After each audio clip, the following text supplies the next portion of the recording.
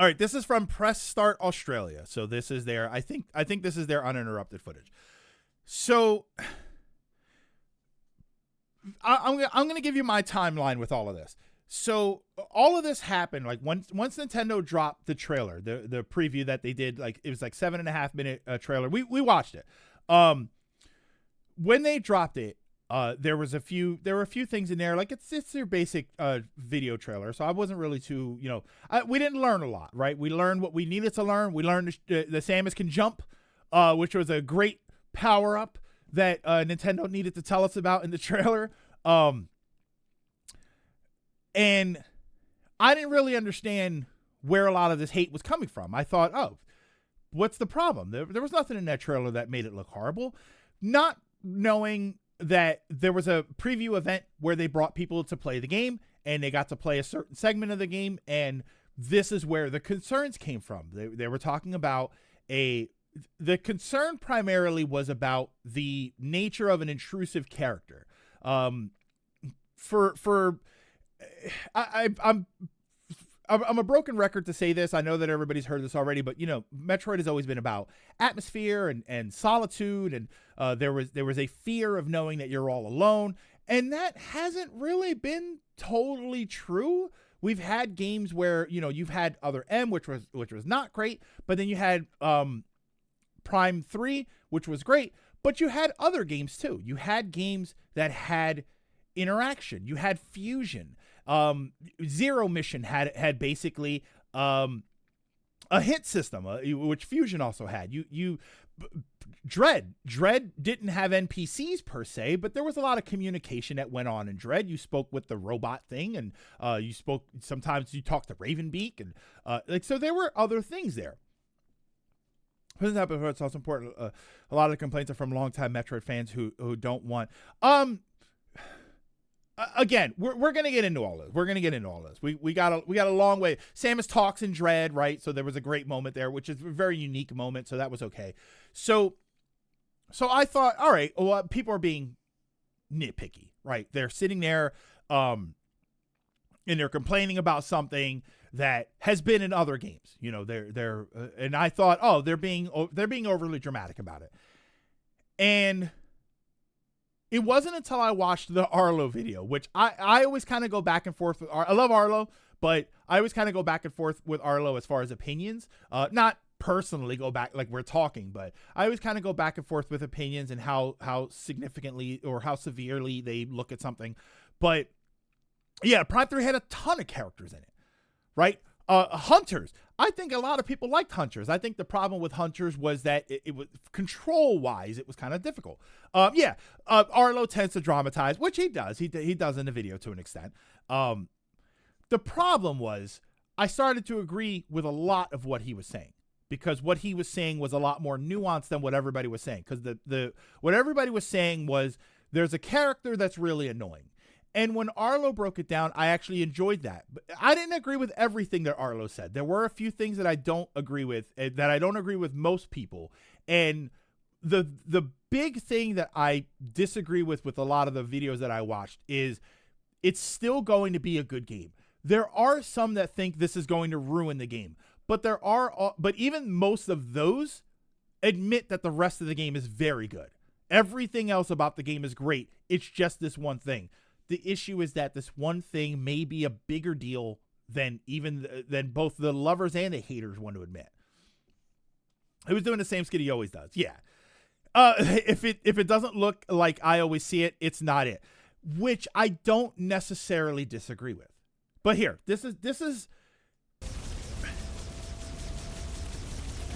he did a video about Mario Kart World a while back reporting on false info. Didn't correct the OG video. Oh, okay. So there was a little something different there. So don't worry, you're not seeing any spoilers. Okay. Oh, wow. What a mess. You're alone on a planet with no hope of survival. But you're also not sitting next to Phil anymore in that cubicle, so... By the way, Scott the Waz uploaded this photo with his face in there. It looks too perfect. It looks way too perfect. What? What? Spoilers, now? Samus breaks rocks. Samus? Samus Aran? Hey! Hey, Samus Aran! Oh, stop! Help me out! Oh. This is Please who get me the down. internet fears. I'll just stay right here. I mean, Try not to die. Garage, he's literally wearing yellow paint. He's literally wearing yellow paint. What was that? Okay. Yes, That Gaming Chuck. did not sound friendly. Gaming Chuck, don't worry. We're gonna be here a while. We're gonna be here a while talking about this. By the way, I love that these things are Samus colored. The orange with the green.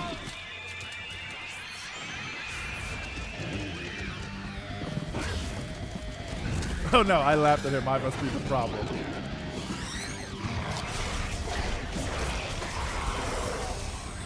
Hey, this is great. What are these things?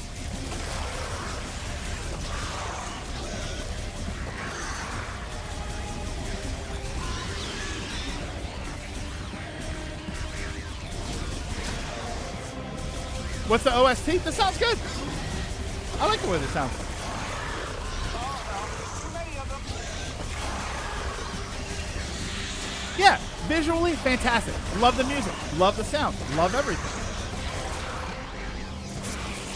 And this is what most of the videos I watch have said all of this. That's why.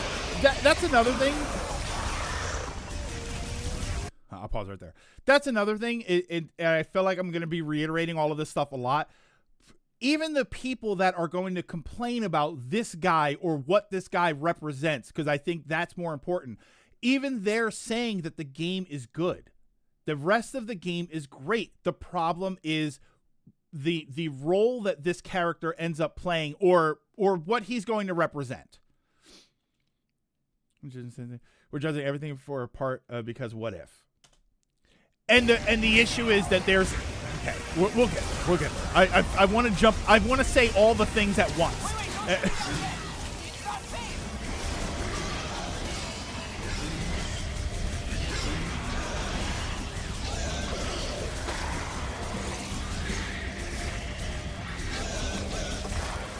All right.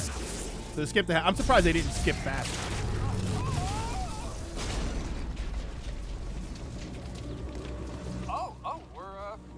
We're good. Okay. All right, how long is this? I'm coming down. So we're good. Thank you, Samus. This guy playing clearly doesn't play I'm shooters. a specialist. Yeah, I feel like Mackenzie, engineer level that was 4. a bit rough, but I'm okay I with have that. something for you. Hold on. I gotta manually override this. These X7 stick a little. Come on. That's it. Everybody's complaining about a what if. I'm glad I'm got.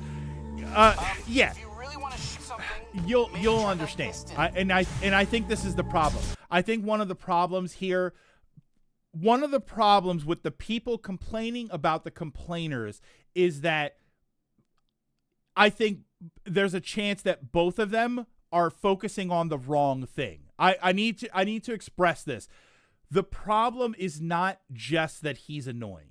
There are other issues, but we'll get to them. Because the problem is partially, a big part of it is that he's annoying. But there's more to it than that. And I think that the people who are complaining about the complainers are probably not aware that there's more. That there's more of an issue. And that's where my problem lies. If I put my weight here, then it should. Oh, I felt it move. Hang on. You know, shooting me isn't going to get this to open any faster. No, but it's going to feel good. See? Oh.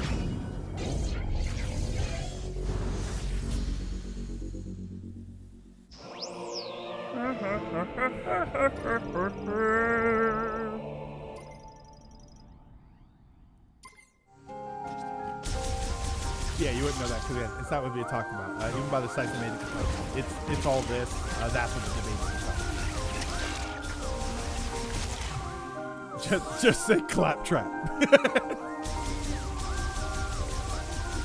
We really don't want anyone in Well, I don't want to stop it to go over the points. Like I want you to see the issues.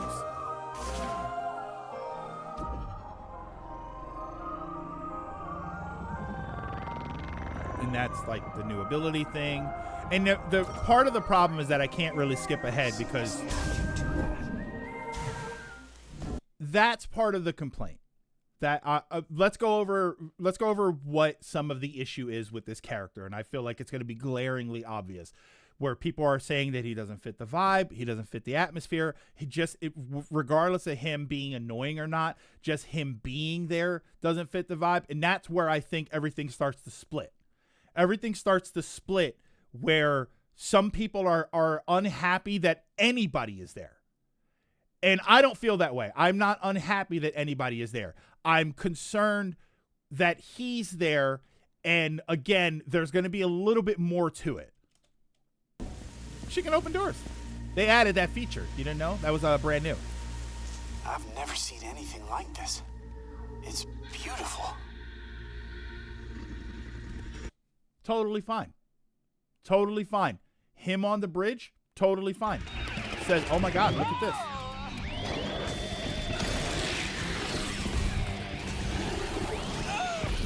I'm just gonna stay out of your way. You let me know when it's clear. Right, he's going to stay out of our way. Fantastic, right? Fantastic.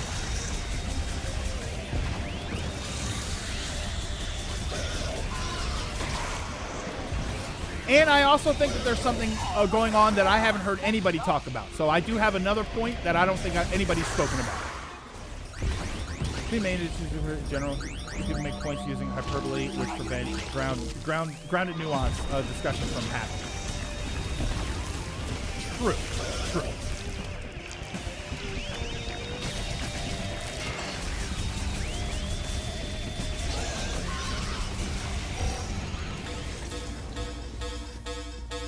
It's easy to point and say, well, the counter complainers are missing the point, but no one is debating the other points or mentioning them. And that's what I'm saying, Dragon. I have heard other people debate the other points. But you're right. The bulk of the argument is turning into he's annoying, so nobody likes him. I bet I could upgrade my suit to do more fall. Wait. So that's one of the main problems. When you had the cutscene where they come out onto the bridge, he talks. Totally fine. That makes perfect sense. The biggest complaint that people have about him specifically is that he doesn't stop. He's constantly saying something. And that's not a what if. We're watching the footage. You're watching the character get into fights, and you're listening to him not stop talking. He's constantly saying something, and it gets worse because at some point he's going to start telling you what to do. When you walk into the room, maybe you should shoot that thing over there with your missiles. Don't forget to save. And we complain about that all the time. Atreus and Freya would not shut up in Ragnarok.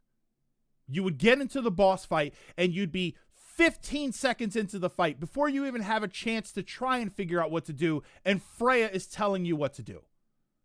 Right? It was Freya. That was her. That's the problem. That's one of the problems. It's not that he's an annoying, nerdy character. It's that while you're trying to play the game with him, he is telling you what to do. That's not a hint system. You're exaggerating a bit. I am not exaggerating a bit.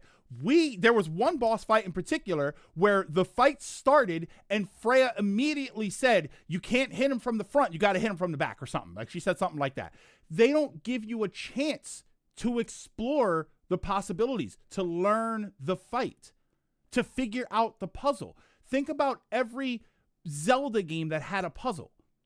What if you had a character there that 5 seconds in is immediately telling you how to solve the puzzle? It negates the whole point of puzzle solving. This is puzzle-based combat. I would call it, or combat-based puzzles, where you got to figure out how to, you got to fight the enemies and stuff. It's just telling you what to do. Oh, this big plant boss. Oh, well, it looks like the second you get into the fight, it looks like you got to shoot the tentacles. You mean Fee? Fee's the same thing. Freya was way too quick to solve the puzzle for you. That's the problem. That's one of the problems here. I'm not flexible. All right, so you're going to grab that moat. You're going to throw it out. We didn't say Atreus won't be quiet. Quiet. The game is going to be so bad. Again, that's really not the problem. I think that I don't know if you're doing it for humor or not, but that's not the problem. The problem is it's interfering with your gameplay experience. The problem isn't that the character is annoying. If you want to believe that the character is annoying during the cutscenes, that's fine. The problem is when you're not in a cutscene and you're trying to play the video game that you're designed to play, where you solve puzzles and fight enemies, there is something telling you what to do all the time that you can't turn off. Again, it's different if it's a hint system that you can turn on and off. This is worked into the story. Yeah, my arguments go beyond him.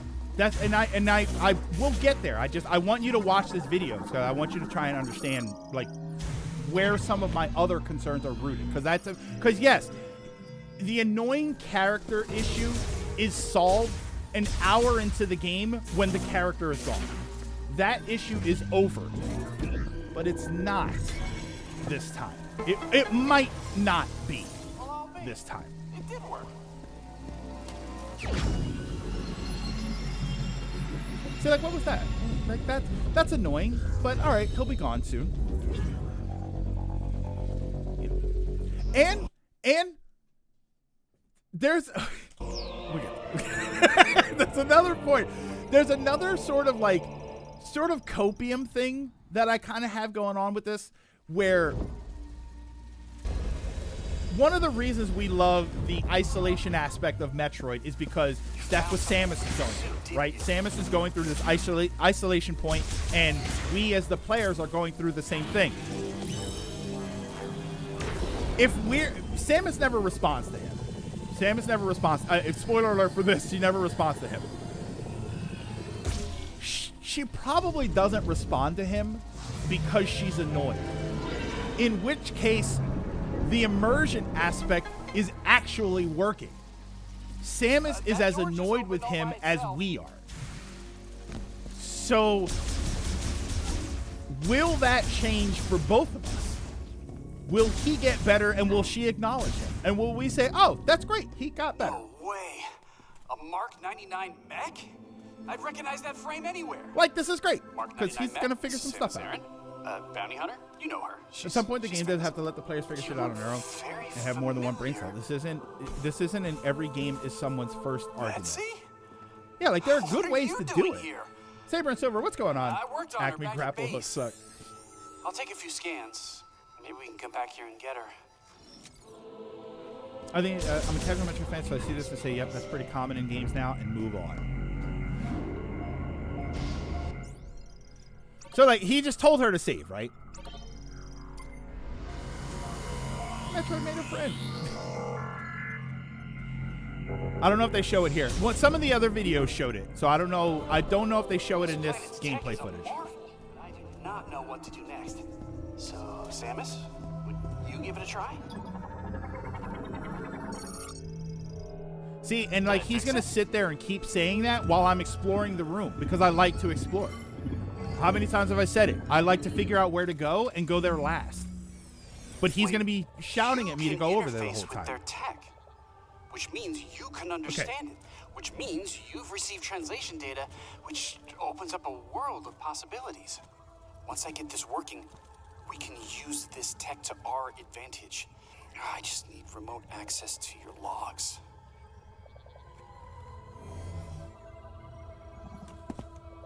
Oh, this data chip.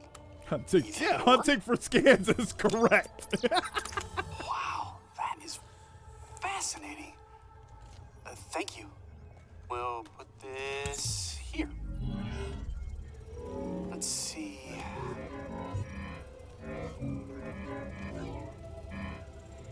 This should do the trick.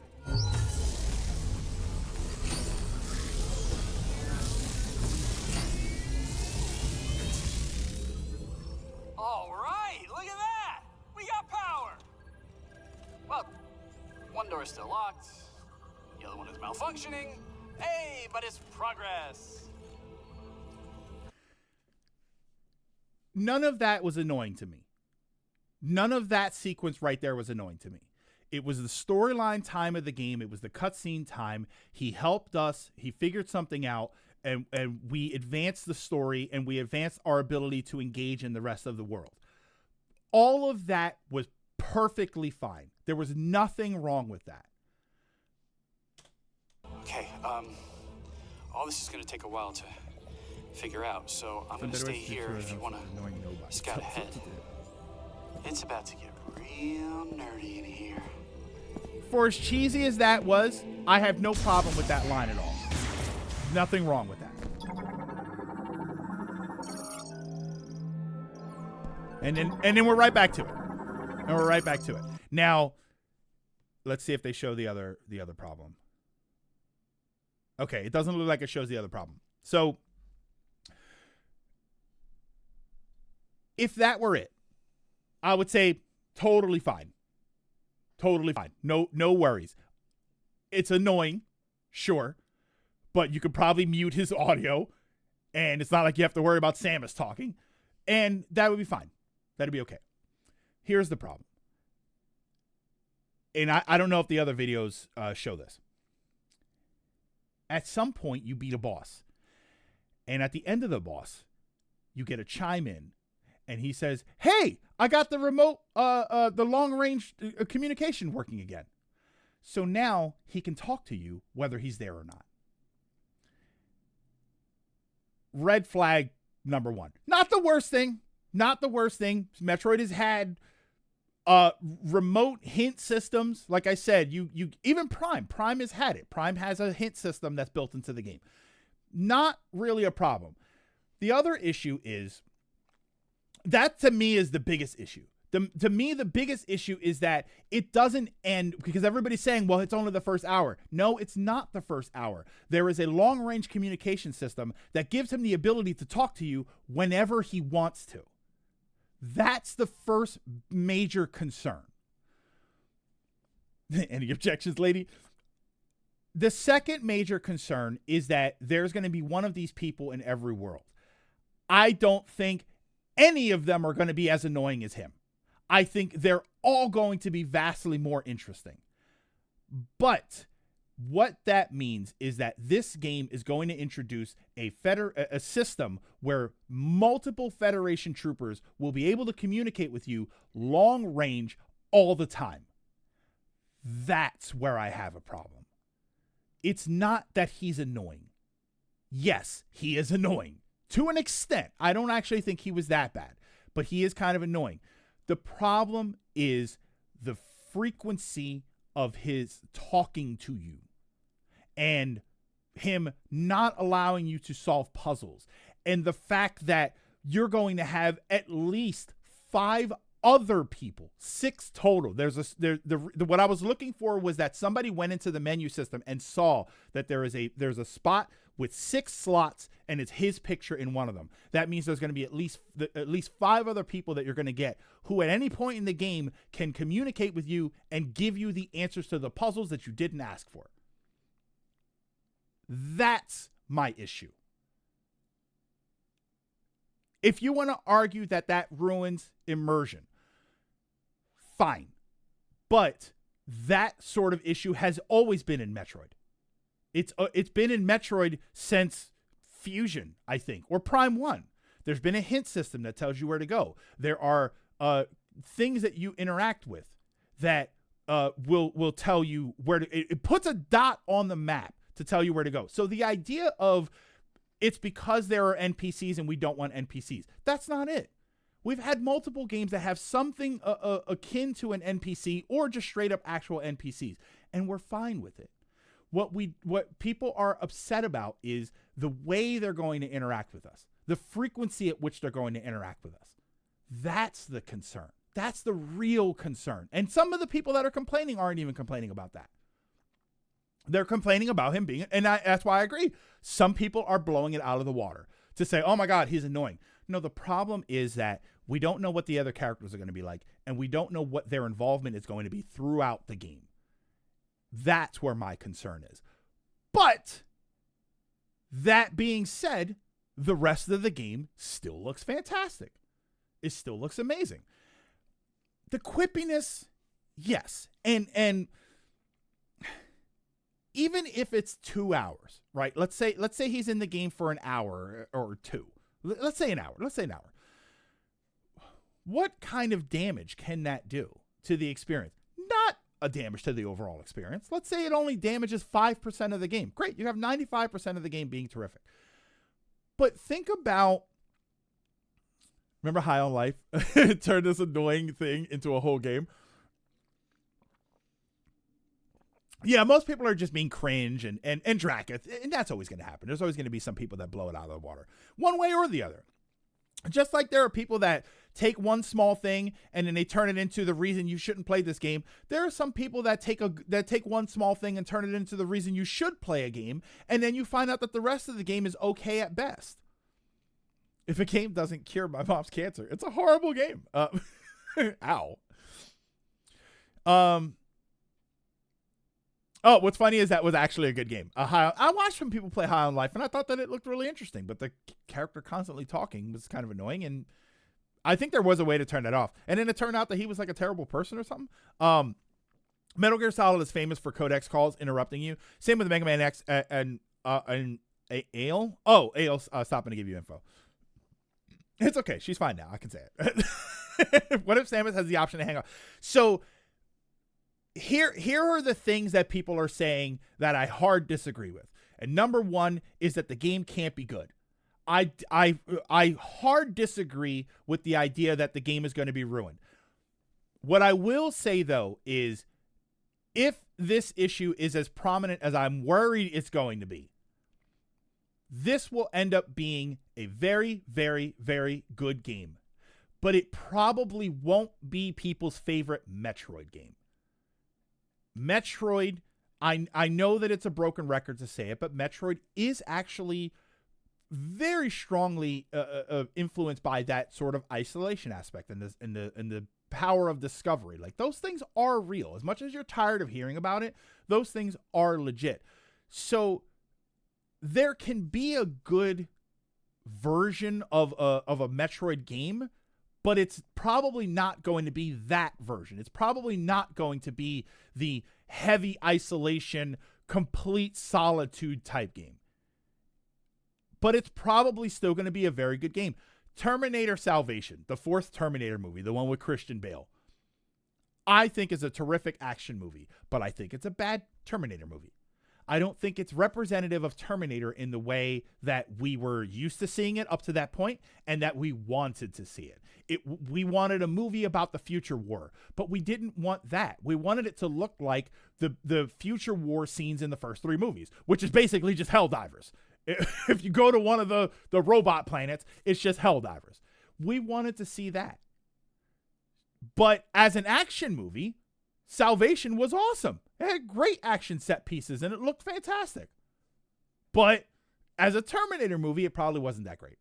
And this is where I think Metroid Prime could end up going.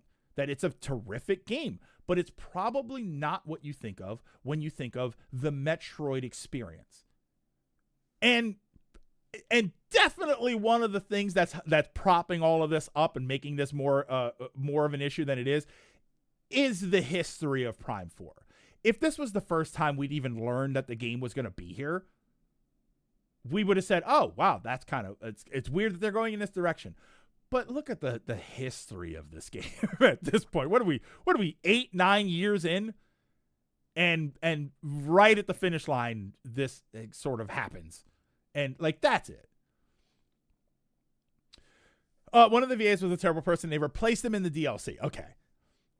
I'm with you on that. I can see it being annoying. Many are worried about a massive issue that we have no evidence. But we see the problem is we do have evidence. We have evidence that they're going to be intrusive. We don't have evidence that they're going to be annoying. It already cannot be my favorite Metroid game because it's first person. Pretty sure I'm going to enjoy it a lot. What I worry is that people will pull a Final Fantasy X, grab that one guy, say the game's quality starts and ends with him. Yeah, just like Final Fantasy X gets crapped on. Yeah, Final Fantasy X gets crapped on for the had the goofy laugh scene, but the game is actually really good. It's all really good.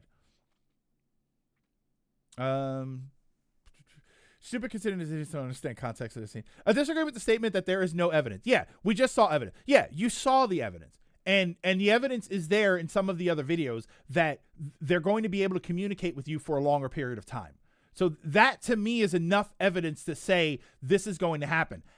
We don't know how annoying it's going to be. There are 5 other characters. We also don't know. Here's what I will say.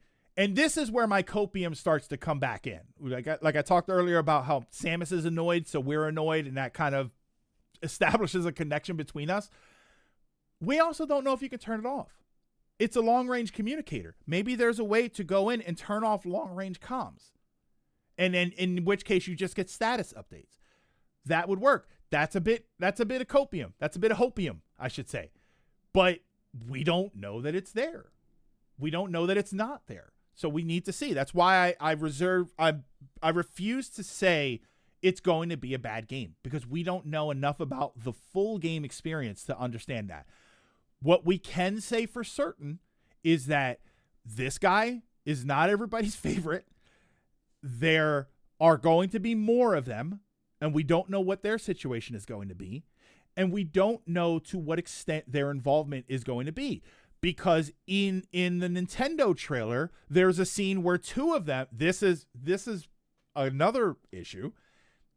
There's a scene where 2 of them are holding these 2 things open, and then Samus shoots it so that they can open the door, which means at points in the game, you're most likely going to have more than one. In fact, it's entirely likely that you're going to gather them together as a party. I'm assuming they'll find stuff to do, and so you won't be with them all the time, but there's going to be moments where you have more than one, at least. That is also a concern, because that is definitely not the Metroid experience that people want to have. Again, it could still be a very good game, but it's not the Metroid game that people are looking for. And if you say, well, then it changes, right? We always talk about that where, yeah, we should watch the overview trailer. We always talk about how, well, the games change and evolve. I understand that, but it would be like putting machine guns on your cars in Gran Turismo.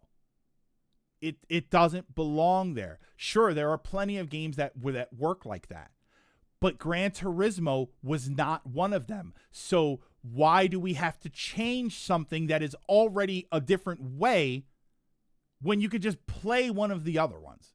You know, so that's a, you know, we go back and forth on that, but why do you need to justify the same way you don't need to complain about this like it's the end of the world? You also don't need to justify it into everything. You don't need to justify everything that pops up that concerns people and say, well, you don't know. No, but there are things that we know.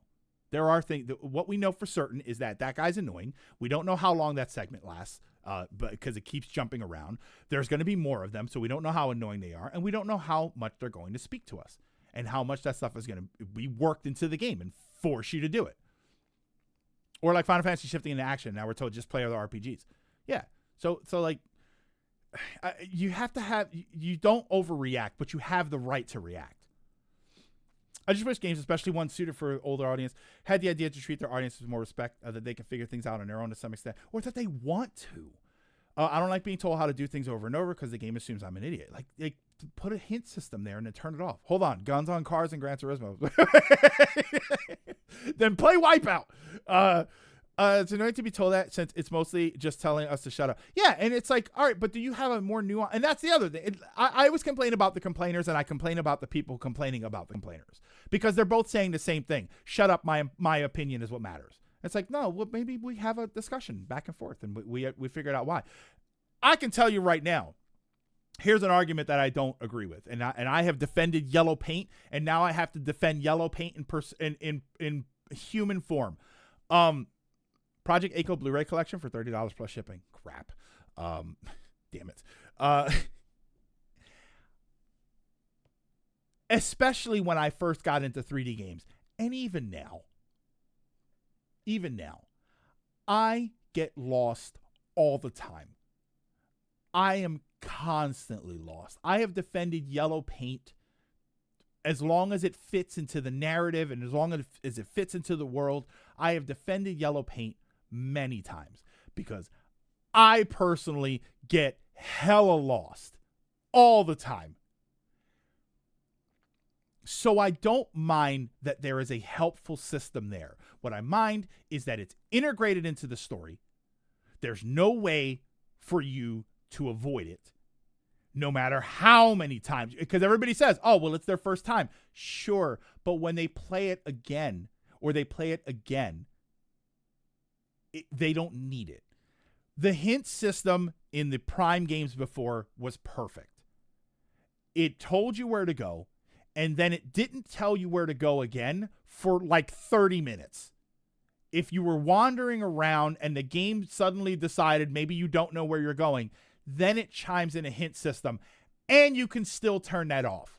It is not in any way integrated fully into, not perfect, but it's not in any way integrated permanently into the game. If you're playing Metroid Prime for the first time ever and you don't want to be told where to go, you can turn it off. From the very beginning, you can turn it off. And that is important. We constantly talk about playing the games your way, and then they take the tutorial and they bake it into the game, and now you're not playing your game your way. Now there's no way to avoid that. And that's a concern. Again, does it ruin the whole game? Of course not. It's just the beginning of the game.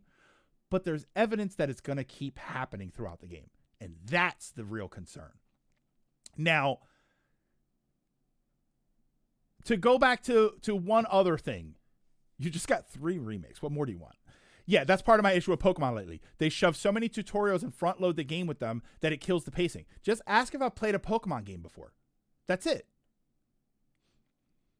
I remember Uncle 16 playthrough. It was a massive game. Oh yeah, Draken, you probably weren't here at the time. We have a history of 16 and I and us. We have a history together. And that's the thing. This argument you just made is much more intelligible and much more in-depth since you're thinking from a replayability perspective. Instead of having tutorials means you think I'm an idiot. Yeah, no, I don't think it means you're an idiot. I think it means you're either new to the game. Even if you're not new to Metroid, you're new to this one. Just because you've played a bunch of Metroid games, it doesn't mean that you automatically know how the psychic power works or how Viola's going to work, the motorcycle, which nobody got to play. No, they didn't add that segment. It doesn't mean that. It means on multiple playthroughs, you're going to still have to do it. And if you choose to not play the game that way, you don't have a choice. You have to do it. You absolutely have to. I saw evidence of a comm system, which Prime 3 and other Metroid games had, which in the case of Fusion had pretty frequently. Yes, unavoidably. And you know what? Tons of people think Fusion is their favorite Metroid game ever. It isn't that there are NPCs. It is their level of involvement in the game, and that's what people are concerned about. Interesting in the case of Half-Life, 2 episodes back in 2006. Everyone praised that you had Alex with you for almost the whole time, which also went a bit opposite to the original lone silent hero feeling. It's the internet. When are they not complaining? The other thing that I want to bring up that I haven't heard anybody talk about, and this is not a complaint. This is a curiosity. So in the segment with Miles, he goes down. When you get to the bridge and he goes to hide behind a thing, of course he gets shot and you got to revive him. There's a revive aspect to the game, like something you do with your powers. And then there's the segment in the trailer where you got the 2 of them holding open the door and then Samus shoots the thing. What I'm curious about is there a multiplayer aspect to this game that we are not being shown yet? Is there going to be multiplayer missions? Is there going to be some sort of combat system, which wouldn't be the first for Metroid? Metroid 2 had a combat system. I think that also, what was the one that had, Federation Force had Blast Ball, but wasn't there another version of that somewhere?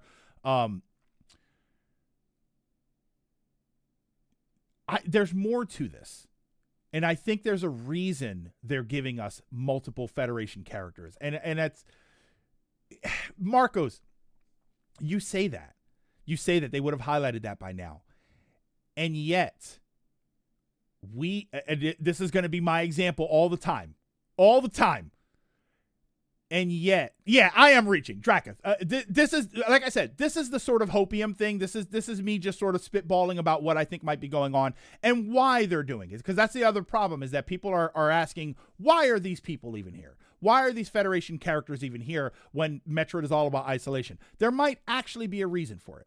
These are effectively nondescript extra characters. And the reason might be that there's some sort of multiplayer aspect to the game.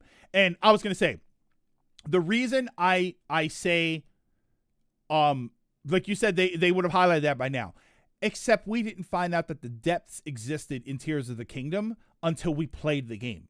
They didn't talk about that at all. And it feels, and that was such a moment for people. And it was such an amazing, like, for anybody here that has played Tears of the Kingdom all the way through, did you have a moment where you jumped into a big giant hole and you kept going down and you didn't understand, and when you finally touched the ground, it was pitch black and the game said the depths, and you realized there was a whole nother map? We had no idea that was going on. They did not talk about the depths at all. To be fair, I hated the depths. Don't worry, Ryan. People hate the Federation Force characters, so we're still on par here. Yeah, the depths of Tears of the Kingdom is not the same thing. I would disagree. Well, literally, it's not the same thing. That's different because you're wondering if multiplayer is a thing versus another section of the single player game. And this is going back way too far, but I would ask you guys, because I'm realistically, I'd probably be the one to know more, but when Prime 2 was coming out, they never really touted the multiplayer in that either. I feel like they would have sold you hard on the multiplayer, and they never really did, considering it was on the GameCube and you had 4 controllers. And I never really saw them talk a whole lot about like what was coming in that game. And the multiplayer kind of surprised me in that game. I mean, it wasn't a great multiplayer, right? I played it a couple of times and that was it. But again, this is way back. This is a different Nintendo back then. But the point is still that, you know, they did keep a secret. Keep it in Prime. Prime Remastered was a great secret. That's why I don't think that Nintendo, yeah, they never did. They never did either one. Shouldn't they mark it on the game's box if it has a multiplayer? It would be on the box, GG, but you wouldn't see the box until the game came out. That's my point, is that you didn't know any of this stuff until it came out. Yeah, it wasn't the highlight. And I don't think this multiplayer stuff would be, the multiplayer stuff that I'm speculating on wouldn't be the highlight of the game either. It would just be another thing. Although